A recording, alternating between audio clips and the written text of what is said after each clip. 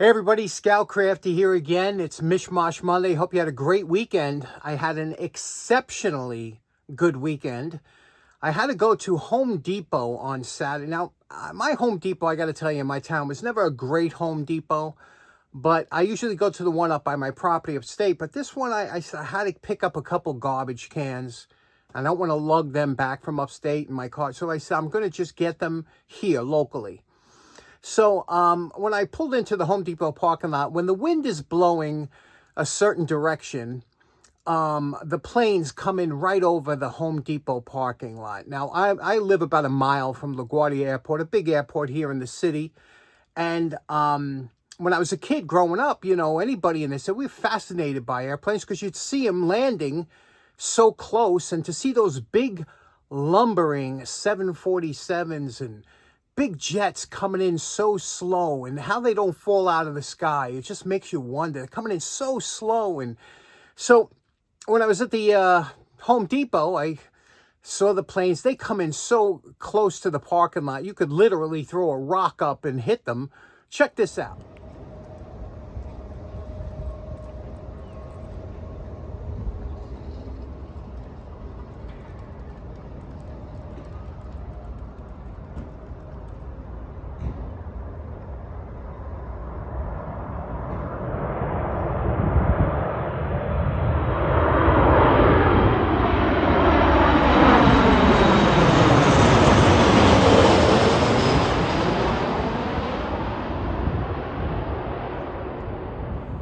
You know, plane spotting, as it's called, where people go near airports and watch planes fly, it's an actual hobby, along with ship spotting and all these other things, and train spotting.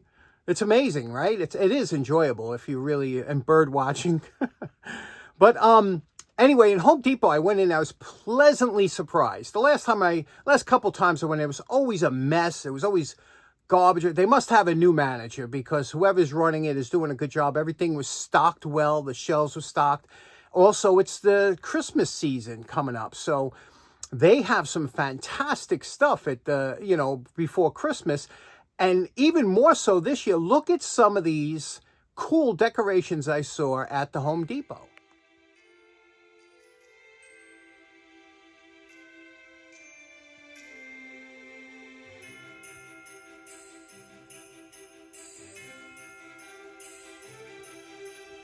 Now, this Santa Claus and the reindeer behind him was absolutely huge, over 8 foot tall.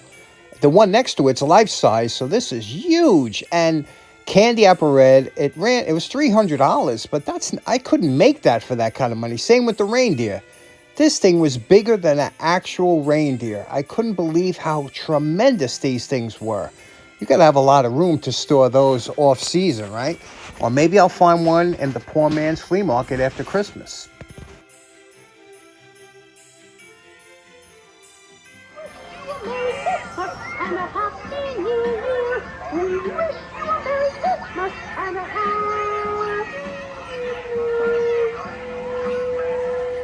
The decorations are becoming amazing, aren't they? And while I was walking up and down the aisles, like I said, it was well stocked again, probably because the holiday season is coming up. I was walking down the tools section and I saw a set of Milwaukee Pry Bars. I'm a big Pry Bar fan, as you know, crowbar Pry Bars. And these look pretty good. And I was looking at them, and the price was a little bit on the the high side. But they did look like a nice set of 4 Pry Bars from Milwaukee. And then when I was walking, I saw this, I looked like a Sharpie. And check this out. I said, what is this? It was sitting on a box. I said, you know, now, I got to tell you something. You know, when you see a loose Sharpie or a loose marker, something like that sitting there, it's probably one of the people that work there, whatever the case may be. But that's when, that's when the good versus evil kicks in. You know, because the devil on your shoulder is saying, go ahead, take it. That's a free marker right there. Just take it. Put it in your pocket. Nobody will know. But, you know, obviously the good side of you says, hey, listen, it's not yours. You don't take anything that don't belong to you. But I said, I do like it. I said, let me look. And I found it in the store, a pack of 4. Let me show you what I'm talking about.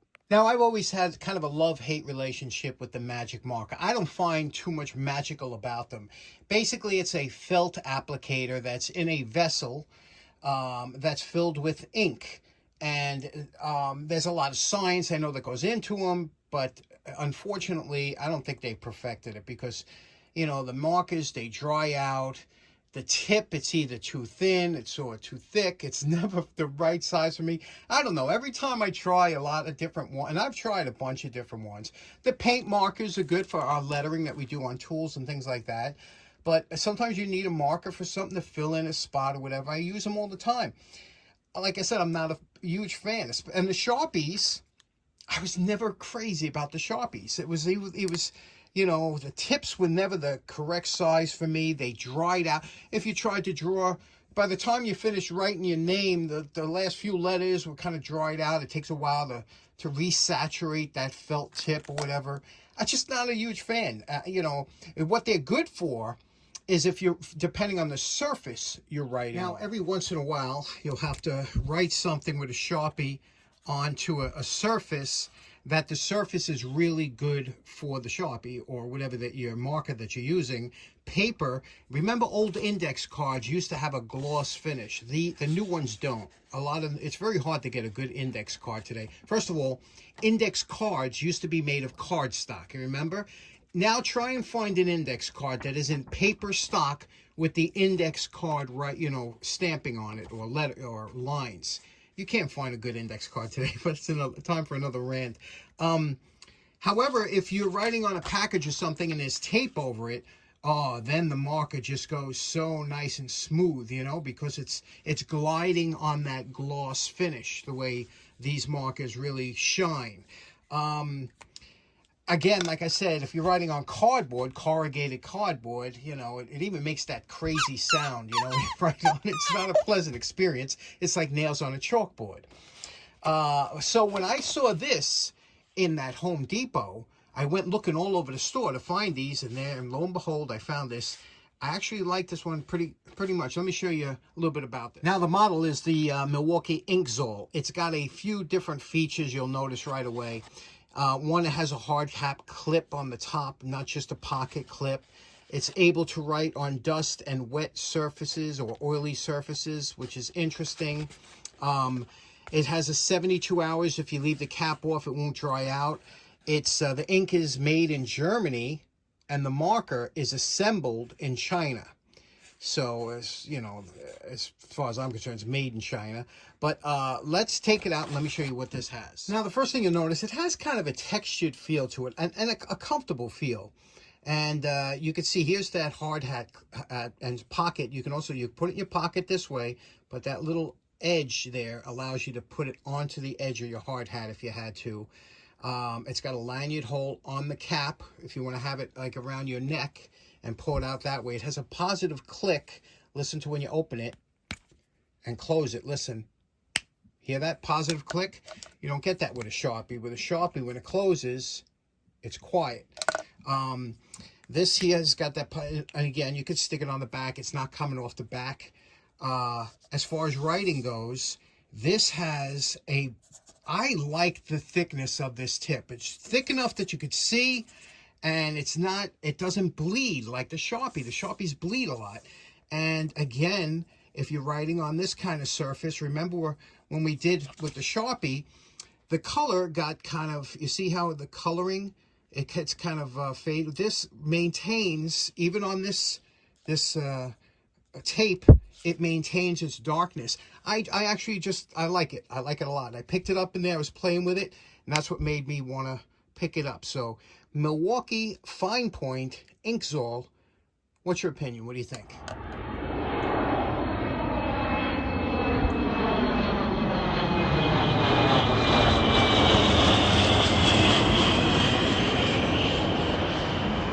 Okay, next up, a couple weeks ago at the Long Island Tool Meet, I picked up this beautiful tap and die set from my buddy Mike the Fireman, and it was on the $10 table, and I bought it from my mentor Dan Semmel, who collects these type of tap and die sets, and this one is just in acceptable shape. For me, I think it's in great shape. Dan, who deals in these, said it was in okay shape, but he told me a little bit about this. This is a very, very early, well over 100 years old, early tap and die set.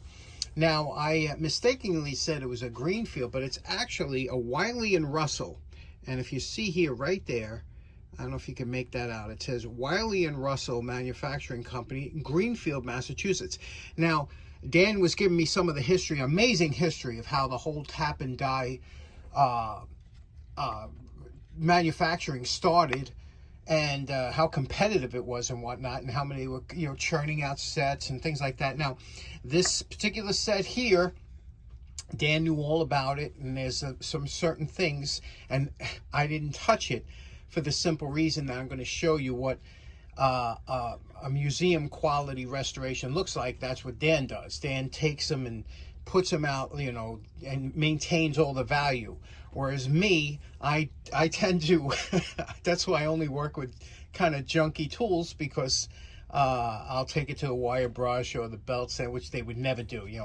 Dan will take this and restore it in the correct way. However, there was one piece that's missing from this set, which Dan pointed out. And if you look over here on the bottom left, there's an empty spot. And he says, what's missing there is it was a little rod that had a pin at the end, and it was more or less like a Tommy bar. And what it was meant for was you would take that rod, and you see this here, this little nut, this little bolt that has a kind of a cap head with a hole in it. Well, you would use that bar to tighten and loosen to get the dies in and out of the die holder. So it's missing that. Now, we can make that real quick. So I said, I'm going to send one over there so that, he can open and close this thing. And now to make one, now I could easily go to the lathe and turn down a piece of steel stock, and then turn down a smaller diameter at the end for the pin to fit through and act as a Tommy bar. However, there's a couple things that you have to think about. Number one, because you're putting pressure on this, this has to be tempered, so it don't bend, because that's going to be a small pin to fit through that small hole. So you'd have to temper this area like this and that, and you have to temper it at the right temper, that it's not too hard where it'll snap off. So there's where the dilemma begins. This is where it becomes more complicated. Or you could go the easier route. And for me, the easier route would to be take a piece of stock, drill a hole into this piece of stock, and put a hardened pin in. So now you don't have to worry about any hardening. You could get the pin at the correct hardness. I'm going to use music wire, which would be perfect. And we'll drill a hole, and we'll make this Tommy bar so that that Dan could finish this restoration. Now, this is music wire, sometimes called piano wire. It's extremely hard. It's a high carbon, really hard, but yet flexible wire that, in fact, when you cut this, you have to use pliers or cutters that are meant or certified for music wire. You'll see some of the old cutters used to say music wire cutters, because this is so hard. If you try and cut it on regular cutters, you could damage the cutters of your lineman pliers or whatnot. So music wire, I use a cutoff wheel to cut this, so you avoid any of that. But this is super strong, super tough. And how I was introduced to it, I used to make landing gear for my radio control airplanes. And this would be, it act as like a spring, like a hard spring, which a lot of people use this to make springs. So this is the right size. What we're going to do now is we're going to cut off a piece, and then we're going to, now, because you're inserting this music wire into a body, we can make the body whatever we want to. We can make it out of brass, we can make it out of steel. It doesn't have to be super strong, because all the pressure is going to be on this pin here. So you can have fun. You can make it decorative. So we'll see what we're going to feel like doing today. Now, if you were just making this on your own and you just needed they do sell what's called a thick wall. You see that? Thick wall brass tubing. They also make it in other. See that? How that wall is thicker than most brass tubing? And you could easily just take this and place it into here and glue it in, or epoxy that in, and you're finished, But I happen to have this small pin here, and remember, it's got to fit in this slot here. This slot was meant for it. So I have a small pin that will fit in that slot. And so now we're just going to drill a hole in the end, a press fit hole, which means a hole that when I push this in, it's going to be, I don't need any kind of glue or anything, it will press in. And we'll cut it to length and see, maybe we'll do a little knurling. We'll see what we can do. Please enjoy some ASMR.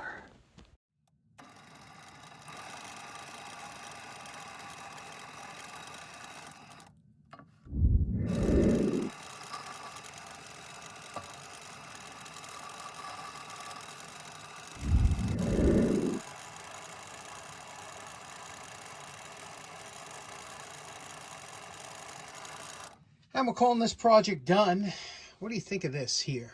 I think that looks pretty much what, I've never seen one before, but I can only imagine that's probably what it looked like. Again, we curved off the top and the back, a little bit of knurling, just a little bit to give it a little nice look to it. Now, this is how this obvious tool would work. You would place it into there, okay? And you could loosen or tighten, depending on where you put it in. You can see it works perfectly. I made sure to round off the tip so it's easy finding the hole and getting it in there. And that's how this Tommy bar would work. And this is where we go, right there. What do you think? Anyway, hope you enjoyed today's episode. We'll see you again on Wednesday. Hope you have a great day. Take care now. Bye-bye.